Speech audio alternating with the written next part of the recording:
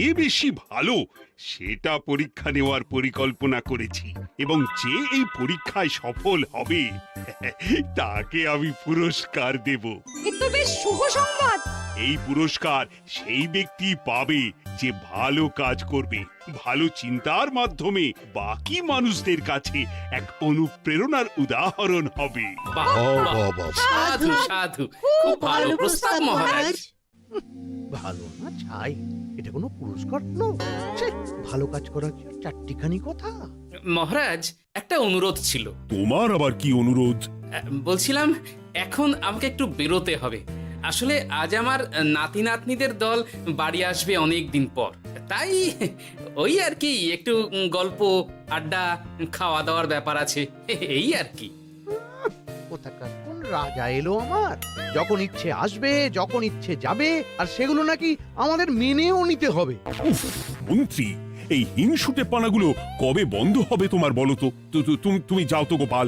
মানুষের ভালোবাসা পাওয়া, জনপ্রিয় হওয়া এত সহজ নয়। অনেক ধন্যবাদ মহারাজ।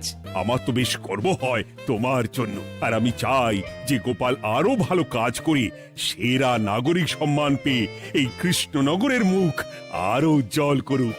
নিশ্চয়ই মহারাজ, চেষ্টা করব। তবে পুরস্কারের কথা ভেবে আমি কোনোদিন কাজ করি না মহারাজ। যেটা আমার ঠিক মনে হয় তাই করি। এবার আমায় অনুমতি দিন, আমি আসি। হুম, বেশ বেশ, যাও যাও।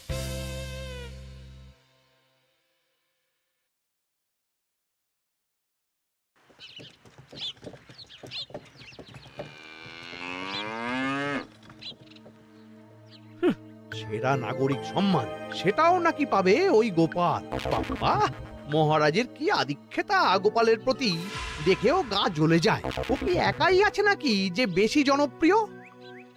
আমিও হব। হ্যাঁ, কি করি? যাই, একটু গোপালের বাড়ি উঁকি মেরে দেখে আসি যে কি এমন মহান কাজ করে।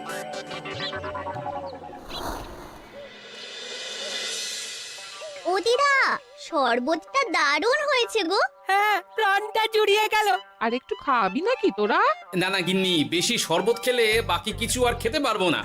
তুমি বরং ওই তরমুজ, জাম, যা যা ফল এনেছি সব এনে দাও। আচ্ছা আচ্ছা, সেই ভালো। আজকের দিনটা পুরো জমে গেল, মানে কোনো তুলনা হয় না। সে আর বলতে, গোপাল দাদুর জায়গা কেউ কোনোদিনও নিতে পারবে না। কয়জন দাদুকে দেখেছে ওরা জীবনে? এসব তো আমিও খাওয়াতে পারি। বেশি বাড়াবাড়ি। এই নে সোনারা আমার, তোদের জন্যই তো তোদের দাদু এসব এনেছে। হ্যাঁ, এই তোরা খা, কেমন? লজ্জা করিস না কিন্তু। সে আর বলতে, ও দাদু, তুমি এবার পরের গল্পটা বলো তো। কি ব্যাপার, মন্ত্রী মশাই হঠাৎ আড়ি পাচ্ছে কেন? কই গো দাদু, চুপ করে আছো যে? হ্যাঁ, বলছি। এবারে বুঝলি, এবারে তোদের একটা অন্যরকম গল্প বল। ধুর, আরে কি বলছে সব ঠিক করে শোনাও যাচ্ছে না। আর একটু ভালো করে উঁকি দি।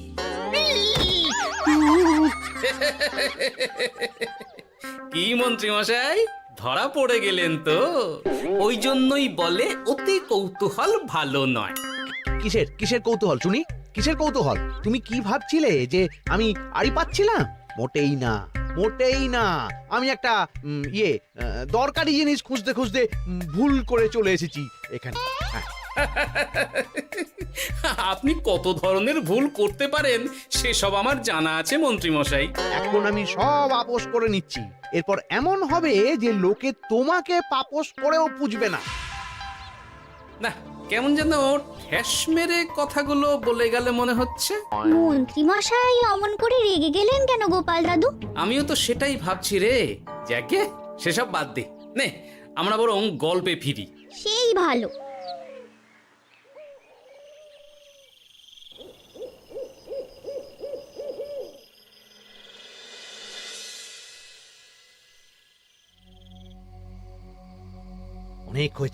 অনেক হয়েছে গোপালের গুণগান। এবার থেকে আমিও এমন কিছু করব যাতে আমি গোপালের থেকেও বেশি জনপ্রিয় হই। কিন্তু তার জন্য গোপালের কাজকর্মের ওপর একটু নজর রাখতে হবে।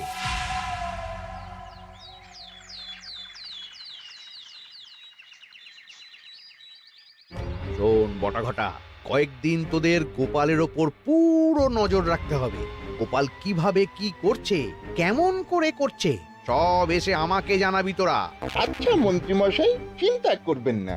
একেবারে গোপালের দিন পঞ্জিকা বানিয়ে দেব আপনাকে।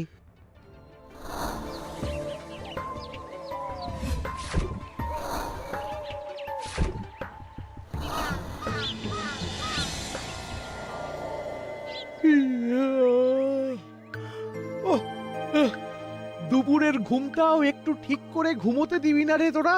কি হয়েছে বল। আগে মন্ত্রীমশাই আপনিই তো বলেছিলেন। ঠিক আছে, ওহো, বল কি হয়েছে। দেখে যা বুঝলাম গোপাল বড় উদার, পরোপকারীও। সে কাউকে ঠকায় না, আর নিজেও ঠকে না। হ্যাঁ, সবাই তাকে খুব ভালোবাসে। হয়েছে, বুঝেছি। এবার থামতো। গোপাল পরোপকারী? হাহ, এতদিন ও ছিল, কিন্তু এবার আমার পালা।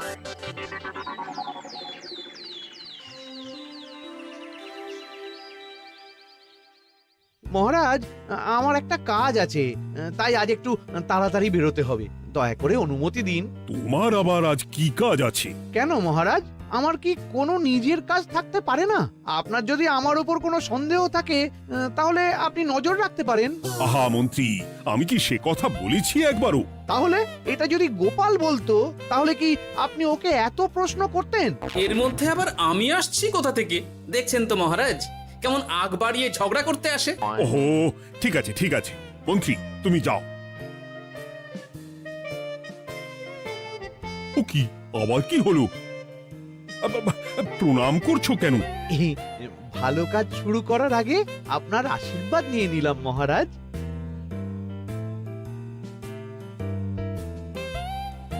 কিছু কি বুঝলেন মহারাজ? না, কি ব্যাপার বলো তো? কি সব ভালো কাজ শুরু করার কথা বললো শুধু? সেটাই তো, থেকে থেকে কি যে হয় বুঝি না।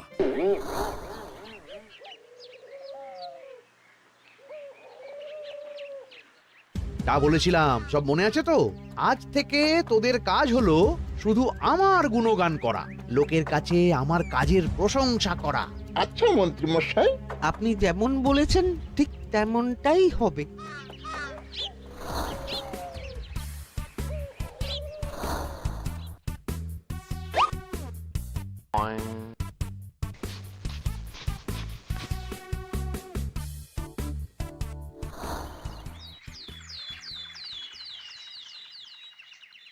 সত্যি কথা, মন্ত্রী মশাই মতো আর ভালো মানুষ হয় না। ওনার মন অনেক বড়। সে আর বলতে। বরাবরই তো খুব বড় মাপের মানুষ। আরে আরে গোপাল দাদা, আরে কোথায় চললে? এই রাজসভায়। ও মা, তাহলে তো তোমার সাথে মন্ত্রী মশাইয়েরও দেখা হবে। হবে বই কি? বাহ বাহ বাহ বাহ, তাহলে তুমি একটু ওনাকে আমার গিন্নির তরফ থেকে ধন্যবাদ জানিয়ে দিও। গতকাল উনি আমাদের অনেক সাহায্য করেছিলেন কি না? সাহায্য? মন্ত্রী মশাই? আচ্ছা, ঠিক আছে।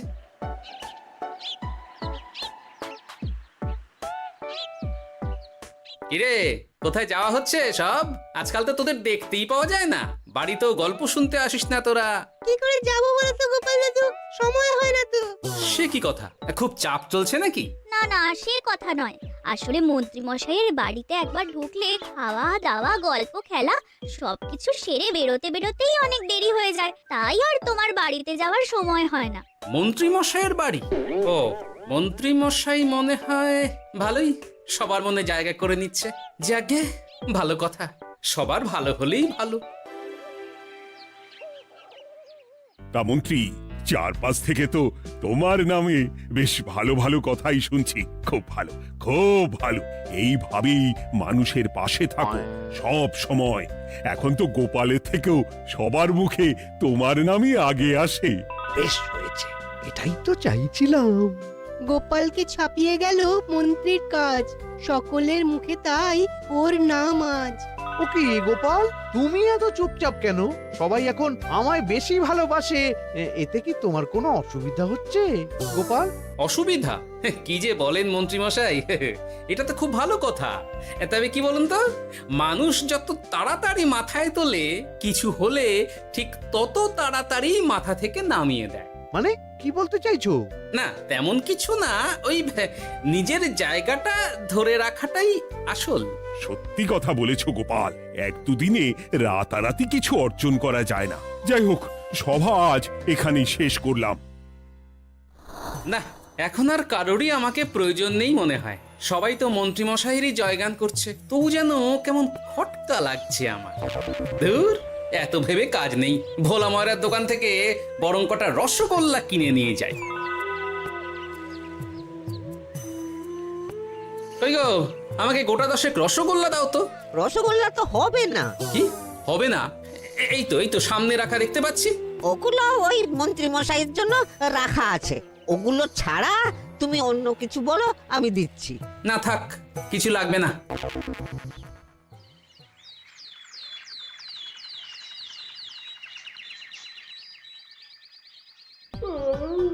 ও কি গো, বলি কত বেলা হয়ে গেল, তুমি এখনো রাজসভায় গেলে না? কদিন ধরে দেখছি কিছু হয়েছে, আর তোমার রাজসভায় বলি যেতে ইচ্ছে করে না বুঝি? না না, সেরকম কোনো ব্যাপার নয় গিন্নি। আমি দেরি করে যাই কি তাড়াতাড়ি, কোনো কিছু তো আর কারো জন্য থেমে থাকে না, বলো গিন্নি? মন্ত্রীমশাই তো আছেন, তাহলেই চলবে। এ আবার কেমন কথা? কিছু না, আমি বেরোলাম।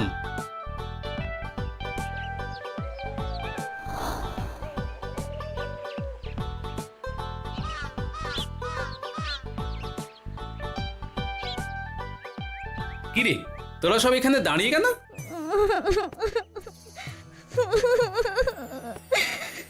আমরা সব পরীক্ষায় শূন্য পেয়েছি, তাই আমাদের শাস্তি দিয়েছে। আসলে আমরা এতদিন কোনো পড়াশোনা করিনি তো বাড়িতে, পুরো সময়টা শুধু ওই মন্ত্রী মশাইয়ের বাড়িতে মজা করে কাটিয়েছি, তাই এমন হয়েছে। তা নিজের ভুলটা যে বুঝতে পেরেছিস এটাই অনেক। এই কারণেই বলে নিজের কাজ নিজেকেই করতে হয়, বুঝলি? এরপর মন দিয়ে পড়াশোনা করবি, সব ঠিক হয়ে যাবে।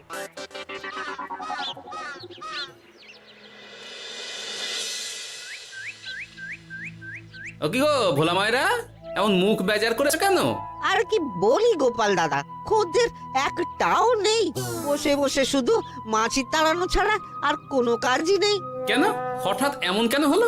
ওই মন্ত্রী মশাইয়ের জন্য উপকার করে দেওয়ার নাম করে আমাকে দুধ থেকে ছানা মেখে দেওয়ার কথা বলেছিল। আমিও খুশি মনে রোজ দুধ পাঠিয়ে দিতাম ওনার বাড়ি। তারপর? আসলে ওই মিষ্টি বানানো তো আর চারটিখানি কথা নয়, আমার সুবিধাই হতো। হঠাৎ খদ্দেররা সব জানানো শুরু করলো মিষ্টির স্বাদ পাল্টে গেছে, মান কমে গেছে, আর শরীর খারাপ হচ্ছে, এই সব। না না না, এ তো খুব খারাপ ব্যাপার। তার জন্যই তো আমি ওই মন্ত্রী মশাইকে উপকার করতে বারণ করে দিলাম। কিন্তু খদ্দেররা তো এখন আর বিশেষ করে আসতে পারছেন না। এখন তুমি ভরসা, এখন তুমি আমায় উপকার করতে পারো। হ্যাঁ বলো না, কি করতে হবে? তোমাকে তো সবাই খুব মানে। তুমি যদি ওই মিষ্টি খেয়ে সবাইকে বলো যে আমার দোকানের মিষ্টি ভালো, তাহলেই একমাত্র ওই আমার আবার বিক্রি শুরু হবে। বেশ।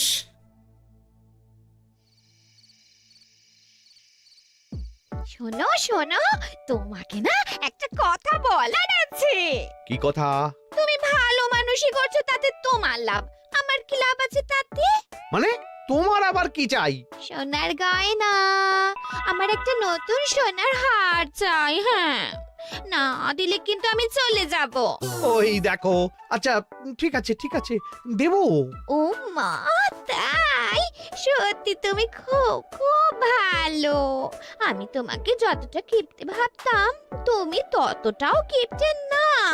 না গিন্নি, তোমার গয়না আমি গড়াবো, কিন্তু খরচ আমি করব না। যাকে বলে মাছের তেলে মাছ ভাজা। সে আবার কি করে সম্ভব? তুমি দেখোই না।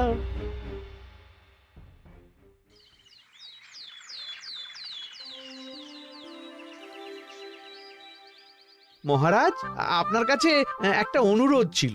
হ্যাঁ বলো না। এই আগামী সপ্তাহে আমি সকলকে বিনামূল্যে বস্ত্র ও খাদ্য সামগ্রী বিতরণ করতে চাই। আর তার জন্য আমার ইচ্ছা যে আপনি সেখানে প্রধান অতিথি হয়ে আসুন। বাহ বাহ বাহ, এ তো ভারী উত্তম প্রস্তাব, নিশ্চয়ই যাব। অনেক ধন্যবাদ, এই তো আমার পরম সৌভাগ্য মহারাজ। কি খুশি তাহলে? এই আর একটা কথা, মানে বুঝতেই তো পারছেন, অনেক খরচ, তাই অল্প পরিমাণ যদি মোহর মানে আপনার যেটা ভালো মনে হয়। বুঝেছি বুঝেছি, আর বলতে হবে না। আপনি মহান মহারাজ, আজকে বুঝতে পারলাম আপনি সকলকেই সমান চোখে দেখেন। কি হয়েছে গো, তোমরা সকলে এখানে? বড় বিপদে পড়ে এসেছি গো দাদা। কি হয়েছে একটু খুলে বলো দেখি। মন্ত্রী মশাইয়ের অতি উপকারের ঠেলায় আমাদের সকলেরই বড় সমস্যা দেখা দিয়েছে। প্রথম বুঝতে পারিনি, কিন্তু এখন বুঝতে পারছি। দয়া করে কিছু একটা করো গোপাল দাদা। বুঝলাম, ঠিক আছে, আমি দেখি কি করতে পারি। যা বুঝছি, কিছু একটা করে মন্ত্রীমশাইয়ের উপকার থেকে সকলকে বাঁচাতেই হবে। কিন্তু কি করি পেয়েছি উপায়। সামনেই বস্ত্র ও খাদ্য সামগ্রী বিতরণের অনুষ্ঠান করবে বলেছে না? ওটাতেই কিছু একটা করতে হবে। যা বললাম তাহলে বুঝলি তো? ভালো করে মন্ত্রীর উপর নজর রেখে আমাকে সবটা জানা। হ্যাঁ গোপাল দাদু, কোনো চিন্তা করো না, মন্ত্রী মশাইয়ের আসল রূপ সামনে আসবেই।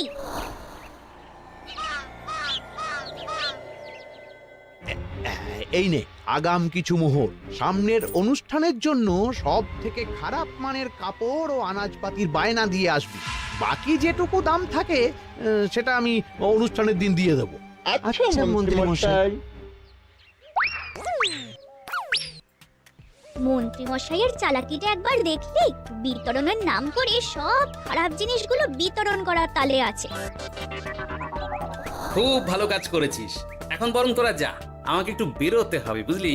আচ্ছা দাদু।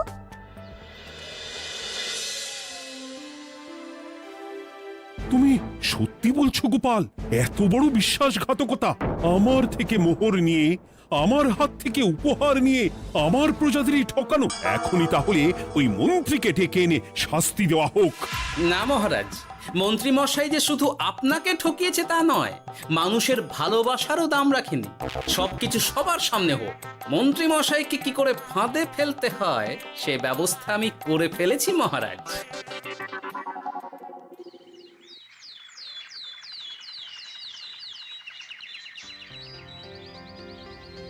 যাক বাবা, এই সুযোগে প্রচুর মোহর হাতে চলে এলো। এমনিও আমার চিন্তার কোনো ব্যাপার নেই, সব জিনিস তো মহারাজের হাত দিয়ে বিতরণ করা হবে, তাই খারাপ হলেও সবাই ভাববে মহারাজ দিয়েছে। শোন, এবার তোরা গিয়ে মন্ত্রীকে ওখান থেকে সরিয়ে আন। ততক্ষণে আমি আমার কাজটা মিটিয়ে নিই। আচ্ছা। মন্ত্রী মশাই, শিগগিরই চলুন আমাদের সাথে। মহারাজ আপনাকে ডাকছেন ওই গাছতলার ওখানে। এখন? হ্যাঁ, মহারাজ তো আপনার উপর খুব খুশি, তাই দেখে মনে হলো কোনো একটা উপহার দেবেন আপনাকে। তাই নাকি? বটেই তো। আমি এক্ষুনি যাচ্ছি। এবারে জমবে মজা।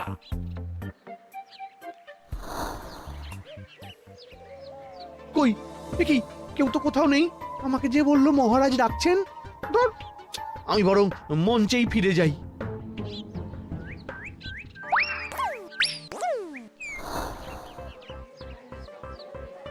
মন্ত্রী মশাই, আমরা চলে এসেছি। আপনি বলেছিলেন আজকে আমাদের পাওনা মিটিয়ে দেবে। আপনার কথা মতো সবচেয়ে উৎকৃষ্ট মানের কাপড় আমি দিয়েছি। হ্যাঁ মন্ত্রী মশাই, আমিও একদম ওই টাটকা শাকসবজি, মাছ, মিষ্টি সব দিয়ে থলি ভরিয়ে দিয়েছি। এবার দামটা মিটিয়ে দিন। দুজনের মিলিয়ে হয়েছে ওই 1000 মোহর। বাহ মন্ত্রী বাহ, তুমি এত ভালো ভালো জিনিস বিতরণ করছো, আমি তো বিশ্বাসই করতে পারছি না। মোটেই না, আমি অত দাম দিতেই পারবো না। আমি তো ভালো জিনিস দিতে বলিনি, আমি বলেছিলাম সব থেকে খারাপ জিনিসগুলো দিতে। কি বললেন মন্ত্রী মশাই? এই রে, ধরা পড়ে গেলাম মনে হয়। তোমার এত বড় সাহস, তুমি আমার রাজ্যে থেকে এইভাবে মানুষকে ঠকাবে? আমায় ক্ষমা করে দিন মহারাজ, আমি ইচ্ছা করে এমন করিনি। আর আমি কোনো কথা শুনতে চাই না। উপকারের নাম করে তুমি আমার প্রজাদের যা অপকার করেছো সব আমি জানি। তোমাকে শাস্তি পেতেই হবে। প্রহরী, বন্দি করো মন্ত্রীকে।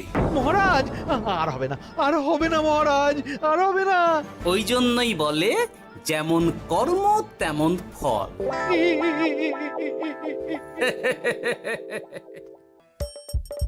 হাসির রাজা, জ্ঞানের রাজা, রসিক রাজা।